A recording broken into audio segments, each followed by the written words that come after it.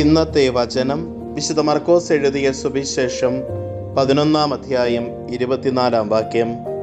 അതിനാൽ ഞാൻ പറയുന്നു, പ്രാർത്ഥിക്കുകയും യാചിക്കുകയും ചെയ്യുന്ന എന്തും ലഭിക്കുമെന്ന് വിശ്വസിക്കുവിൻ, നിങ്ങൾക്ക് ലഭിക്കുക തന്നെ ചെയ്യും.